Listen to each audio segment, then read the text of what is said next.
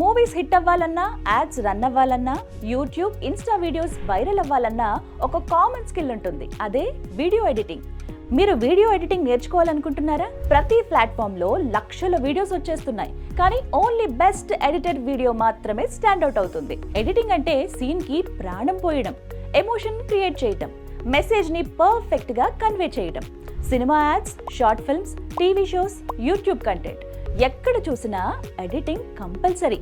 Editing అంటే software మాత్రమే కాదు, స్క్రిప్ట్ దగ్గర నుంచి camera angles, music, BGM, sound effects, colouring, ఇలా అన్నీ తెలుసుండాలి.